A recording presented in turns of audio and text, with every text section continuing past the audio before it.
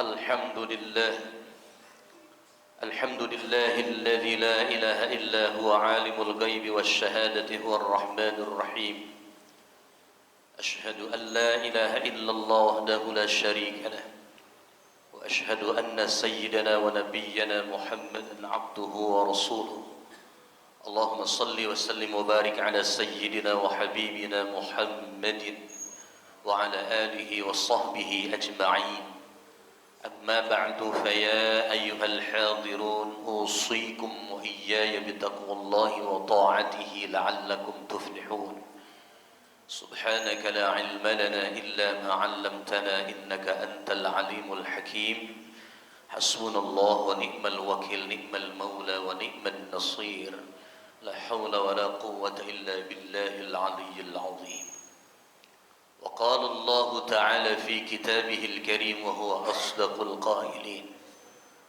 أعوذ بالله من الشيطان الرجيم بسم الله الرحمن الرحيم يا أيها الذين آمنوا قوا أنفسكم وأهليكم نارا وقودها الناس والحجارة عليها ملائكة غلاظ شداد لا يعصون الله ما أمرهم ويفعلون ما يؤمرون.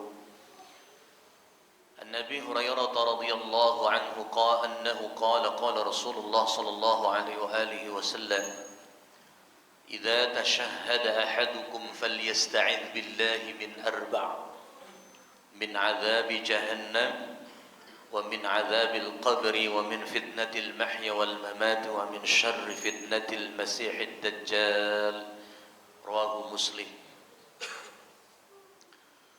Ma'asyiral muslimin, sidang salat Jumat yang dirahmati Allah. Hari ini adalah hari yang penuh barokah, hari Jumat. Merupakan kekhususan yang Allah berikan buat umat Nabi Muhammad sallallahu alaihi wasallam yang patut kita syukuri. Fihi fadail, di dalamnya banyak keutamaan yang agung. Wa ja'alahu 'aidan 'aziman li ummati nabiyyina Muhammadin sallallahu alaihi wasallam. Bahkan Allah menjadikan hari Jumat juga merupakan hari raya yang agung buat umat Nabi Muhammad sallallahu alaihi wasallam. Kalaulah kita hanya mengenal hari Idul Fitri dan hari Idul Adha, Jumat juga merupakan hari raya yang agung saudaraku sekalian. Karena itu banyak kesunahan yang diajarkan mulai dari mandi Jumat. Nabi mengajarkan kita mandi Jumat. Bagi orang yang tidak melaksanakan Jumat, siogianya dia mandi Jumat. Mulai dari datangnya waktu subuh, saudaraku sekalian. Al-Imam An-Nawawi menyebutkan mandi Jumat itu kaguslil jinabah, bagikan orang yang mandi junub. Mandi yang penuh dengan keteraturan, karena mulai dari kepala dia niat, kemudian lambung kanan, lambung kiri, lambung belakang kanan, lambung belakang kiri, dan seterusnya. Kemudian setelah itu dia wudu dengan wudu yang kamil. Lalu dia pakai pakaian yang bagus. Dia ambil pakaian yang terbaik yang dia miliki dari pakaiannya untuk menghadiri Jumat, saudaraku sekalian. Tidak salah-salah. Dia juga pakai wangi-wangian. Dia pakai minyak wangi bila dia memilikinya. In kana 'indah. Kemudian dia melangkahkan kaki menuju masjid guna menunaikan salat Jumat. Makin jauh langkahnya, makin banyak langkahnya, makin besar keutamaan dan pahala yang akan dia raih, saudaraku sekalian. Sampai di masjid dia tidak diam, dia tegakkan salat tahiyat masjid. Kemudian dia perbanyak di hari Jumat sebelum khatib naik mimbar yang membaca salawat kepada baginda Rasulullah SAW. Dan ini merupakan kesunahan yang agung. Fa inna salataka ma'rudatun alayya. Sungguhnya salawat yang kalian baca itu diperlihatkan oleh Allah kepadaku. Semua yang kita baca salawat kepada Nabi diperlihatkan, saudaraku sekalian. Jadi jangan pernah kosong hati ini bersalawat kepada Nabi sampai mendengarkan khutbah Jumat. Tidak ada amalan lain selain mendengarkan khutbah Jumat. Mengisi sop-sop terdepan pun demikian. Karena itu semakin tambah wawasan keagamaan kita, semakin tambah wawasan akan sunnah-sunnah Nabi dari Jumat. InsyaAllah kita tidak tertarik lagi untuk mengisi sop paling belakang, saudaraku sekalian. Berlomba untuk mengisi sop terdepan. Karena di antara sempurnanya Jumat juga bukan hanya mendengarkan khutbah dan tidak bicara, tapi juga mengisi sop-sop terdepan yang kosong, saudaraku sekalian. Ma'asyiral muslimin, karena itu izinkan kesempatan khutbah Jumat yang singkat ini Al-Faqir berwasiat, terlebih wasiat ini untuk diri Al-Faqir dan jamaah sekalian. Mari sama-sama kita tingkatkan terus kualitas keimanan, ketakwaan kita kepada Allah Jalla Jalaluhu dengan sungguh-sungguh. Hadirin sidang Jumat yang dirahmati Allah, kehidupan kita begitu singkat sekali. Tadi ayat yang saya bacakan adalah surah At-Tahrim ayat 6, mulai dari ayat 6. Ulang sholat Jumat silakan antum buka Quran antum. At-Tahrim ayat 6. Bagaimana peringatan Allah kepada orang-orang yang beriman. A'udzu billahi minasyaitonir rajim. Bismillahirrahmanirrahim. Ya ayyuhalladzina amanu qu anfusakum wa ahlikum nar. Wahai orang-orang yang beriman, jaga diri kalian. Dan ayat ini juga diperintahkan bukan hanya diri kita yang harus kita jaga, tapi juga wa ahlikum, dan juga keluarga kalian. Nara, daripada siksa api neraka. Nabi SAW banyak mengingatkan kita.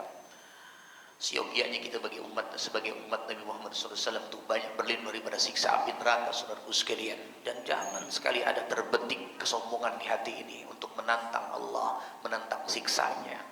Sehingga kita berani meninggalkan segala macam yang diperintahkan Allah, kita berani untuk melanggarnya. Yang dilarang oleh Allah pun demikian. Na'udzubillah tsumma na'udzubillah. Ittaqun nar walau bisyikki tamrah. Takutlah kalian akan siksa api neraka. Hindarilah oleh kalian akan siksa api neraka. Walau bisyikki tamrah. Meskipun kalian itu bersedekah dengan korma. Kalau antum tahu korma, buang bijinya. Sementara antum pun dalam keadaan lapar, lalu dibelah dua korma itu, korma yang satu itu, setelah bijinya antum buang, kemudian disobek menjadi dua, sebelahnya kau makan, sebelahnya kau suapkan buat orang yang lapar. Kata Nabi, itu bisa menjadi tameng daripada siksa api neraka buat dirimu. Bagaimana kalau sekarang korma yang kita sedekahkan, saudaraku sekalian, sementara sebelah korma bisa menjadi tameng, bagaimana dengan banyak korma? Begitupun dengan rupiah yang kita miliki dan sebagainya. Karena itu berupaya berlindung dari siksa api neraka dengan menjalankan yang diperintahkan. Apapun yang diperintahkan oleh Allah. Karena hidup ini singkat sekali, hadirin rahmati Allah. Jangan pernah menganggap bahwa kematian kita masih lama, singkat sekali.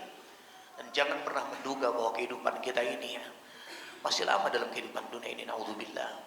Singkat sekali. Karena itu setiap kali kita diberikan pelajaran oleh Allah, apa itu berupa kematian, sesungguhnya itu adalah maha guru buat kita. Kita lihat dan kita tengok bagaimana yang meninggal itu. Ada di antara mereka yang masih berusia masih berusia belia, bahkan yang masih kanak-kanak, bahkan belum sempat lahir. Bahkan ada di antara mereka yang sudah berusia lanjut, paruh baya dan sebagainya. Menunjukkan bahwa kematian itu datang yang ngacak, saudaraku sekalian. Dan tidak peduli targetnya siapa. Dia bisa datang kepada yang muda, bisa datang kepada yang senja usianya. Dia tidak peduli juga apakah dia orang yang sehat walafiat atau punya riwayat penyakit. Semua bisa jadi target kematian. Karena itu orang-orang mukmin yang cerdas, hamba Allah yang cerdas adalah menjadikan setiap kematian itu adalah maha guru. Dan senantiasa wa aktsaruhum dzikrun lil maut wa aktsaruhum isti'dadan lima ba'dal maut, memperbanyak siap, memperbanyak bekal menghadapi kematian. Itulah sebaik-baik bekal, saudaraku sekalian. Begitu juga dengan keluarga kita. Jangan kita biarkan mereka tidak ibadah kepada Allah. Ketika ada anggota keluarga kita, entah itu anak istri, bahkan tetangga kita, kawan-kawan kita yang masih jauh dari agama, kewajiban kita untuk mendakwahkan. Jangan punya prinsip bahwa dakwah itu hanya tugas para asatidz, para kiai, para mubalik. Tidak. Setiap pribadi muslim yang beriman kepada Allah punya kewajiban dan tugas dakwah, menyampaikan dakwah kepada saudaranya agar terlindungi daripada siksa api neraka, saudaraku sekalian. Bahkan Nabi SAW mengajarkan kita sungguh-sungguh dalam berdoa berlindung diri daripada siksa api neraka. Dalam hadis yang diriwayatkan dari Abi Hurairah radhiyallahu anhu annahu qala, bahwa beliau berkata, bersabda siapa Rasulullah sallallahu alaihi wasallam, "Idza tashahhada ahadukum," apabila bertasyahud salah seorang kalian pada saat salat 5 waktu sebelum salam, saudaraku sekalian, sunnah memohon diri, mohon perlindungan diri daripada 4 hal, saudaraku sekalian. Falyasta'idz billahi min arba'. Siogianya orang itu bermohon berlindung diri kepada Allah dari 4 perkara. Apa saja itu? Yang pertama, min azabi jahannam, daripada siksa api neraka jahanam. Allah siapkan api neraka jahanam bagi orang-orang yang kafir, saudaraku sekalian, bagi orang-orang fasik, bagi orang-orang munafik, yang bahan bakarnya adalah manusia dan batu. Terdapat malaikat-malaikat yang keras, kasar, brutal, yang tidak ada toleransi dan belas kasih, yang ditugaskan oleh Allah, dan tak satu pun dari malaikat-malaikat yang ditugaskan untuk menyiksa orang-orang yang menjadi penduduk neraka itu tidak ada belas kasih, saudaraku sekalian. La ya'sunallah ma amarahum wa yaf'aluna ma yu'marun. Mereka makhluk yang tidak sama sekali durhaka kepada Allah, tidak sama sekali durhaka kepada Allah. Apapun yang diperintahkan oleh Allah mereka kerjakan untuk menyiksa orang-orang yang zalim di api nerakanya. Karena itu berlindung diri kita sungguh-sungguh dengan apa? Menjalankan perintahnya sungguh-sungguh, menjauhi yang dilarangnya dengan juga sungguh-sungguh, saudaraku sekalian. Min azabi jahannam wa min azabil qabri. Yang kedua, Nabi juga mengajarkan kita berlindung diri daripada siksa kubur. Saudaraku, sidang Jumat yang dirahmati Allah, setiap kita pasti memasuki satu alam yang disebut dengan alam barzakh sebelum datangnya hari kiamat, saudaraku sekalian. Dan itu sebuah keniscayaan. Jangan dikira orang-orang yang saat ini berada di alam kubur itu mereka mati. Mereka hidup, saudaraku sekalian. Mereka hidup. Mereka ada yang mendapatkan nikmat kubur, ada yang mendapatkan azab kubur.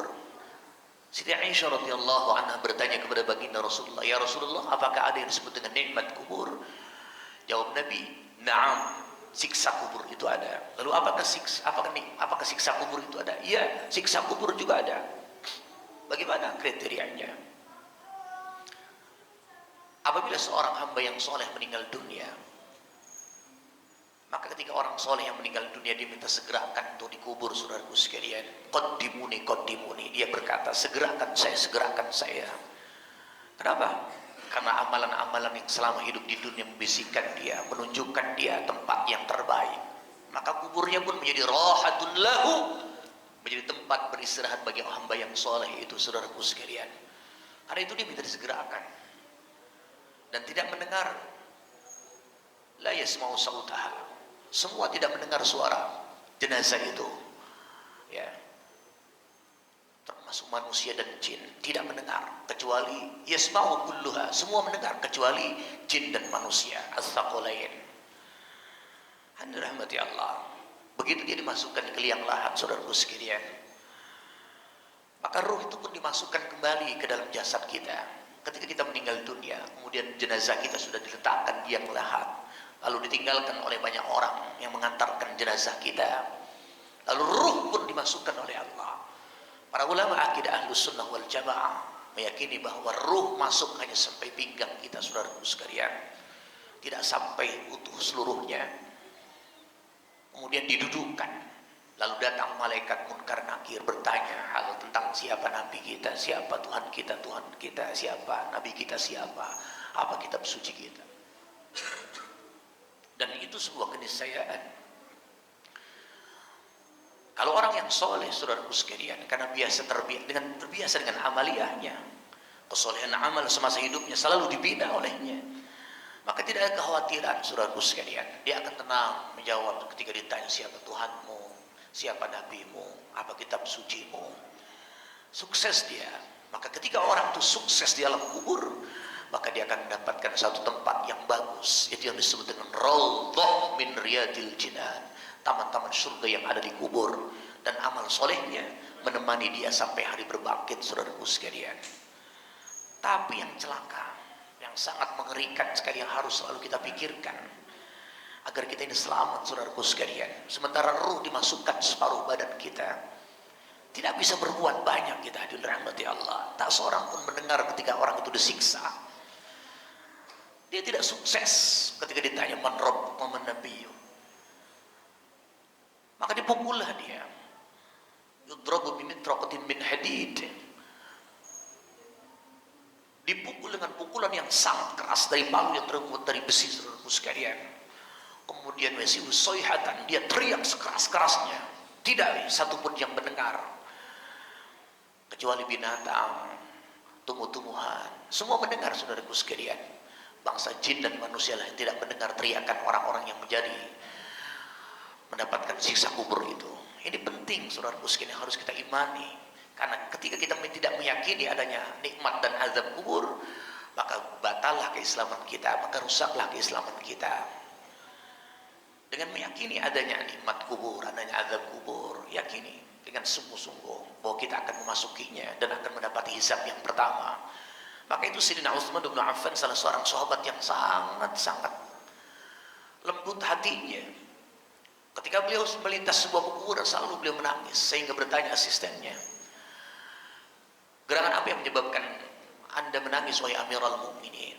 Saya teringat akan pesan Nabi sallallahu alaihi wasallam, bahwa al-qabru awwalu manzilin min manazilil akhirah. Kubur adalah tempat singgah pertama yang akan dilalui oleh manusia. Yang menjadi persoalan, kalau orang itu sukses, maka dia akan sukses sampai pada proses-proses berikutnya. Tapi kalau orang yang ada di kubur tidak sukses, maka akan semakin berat yang akan dihadapinya sampai pada proses berikutnya dan dimasukkan ke dalam nerakanya Allah. Nauzubillah, subhanallah. Karena itu sungguh-sungguh berlindung diri daripada siksa kubur, saudaraku seiman sakidah. Yang ketiga, wa min fitnatil mahya wal mamati. Nabi mengajarkan kita berlindung diri daripada fitnah hidup dan fitnah kematian.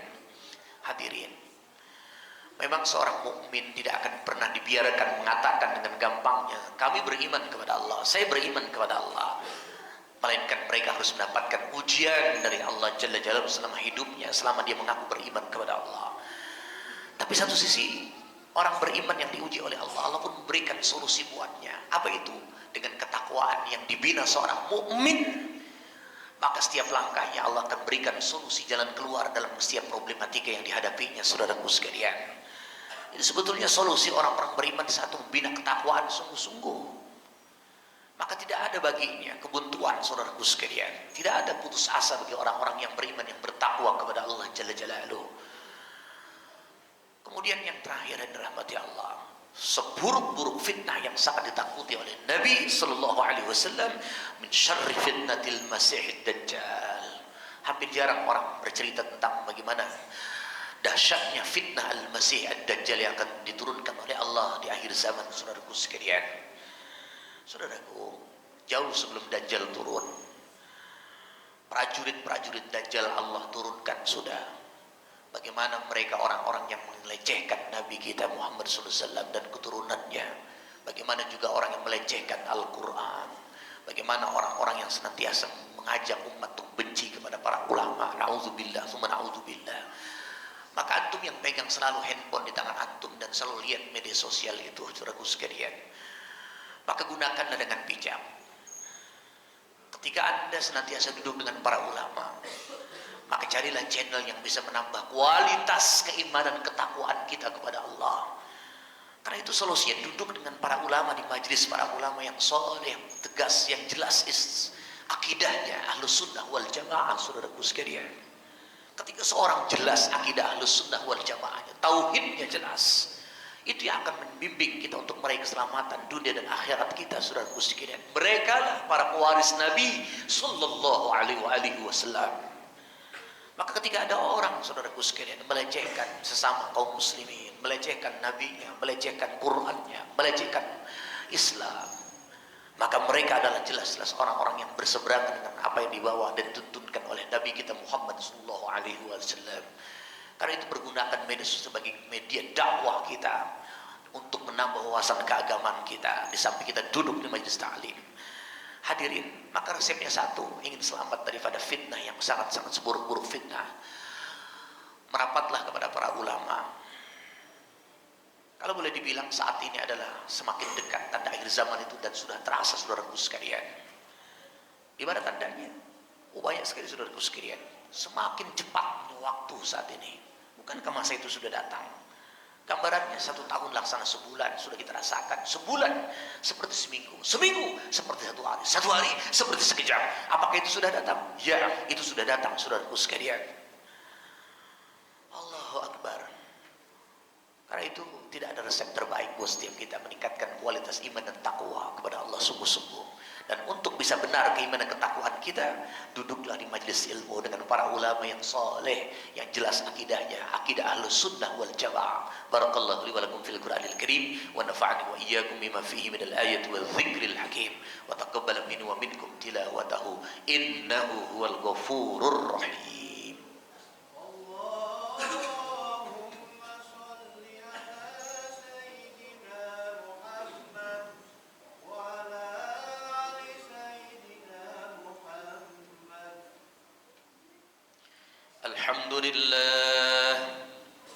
الحمد لله حمدا كثيرا كما أمر أشهد أن لا إله إلا الله وحده لا شريك له وأشهد أن سيدنا ونبينا محمدا عبده ورسوله اللهم صل وسلم وبارك على سيدنا محمد وعلى آله وصحبه أجمعين فيا أيها الناس اتقوا الله وافعلوا الخيرات واجتنبوا عن السيئات إن الله وملائكته يصلون على النبي يا أيها الذين آمنوا صلوا عليه وسلموا تسليما اللهم صل وسلم وبارك على سيدنا محمد وعلى آله وصحبه أجمعين وعلى التابعين وعلى التابعين ومن تبعهم بإحسان إلى يوم الدين وارض اللهم عنا وعنهم برحمتك يا أرحم الراحمين اللهم اغفر للمسلمين والمسلمات والمؤمنين والمؤمنات الأحياء منهم والأموات إنك سميع قريب مجيب الدعوات ويا قاضي الحاجات ربنا ظلمنا أنفسنا وإن لم تغفر لنا وترحمنا لنكونن من الخاسرين ربنا آتنا في الدنيا حسنة وفي الآخرة حسنة وقنا عذاب النار عباد الله إن الله يأمر بالعدل والإحسان وإيتاء ذي القربى وينهى عن الفحشاء والمنكر والبغي يعظكم لعلكم تذكرون فاذكروا الله العظيم يذكركم واشكروه على نعمه يزدكم واسألوه من فضله يعطيكم ولذكر الله أكبر أقيموا الصلاة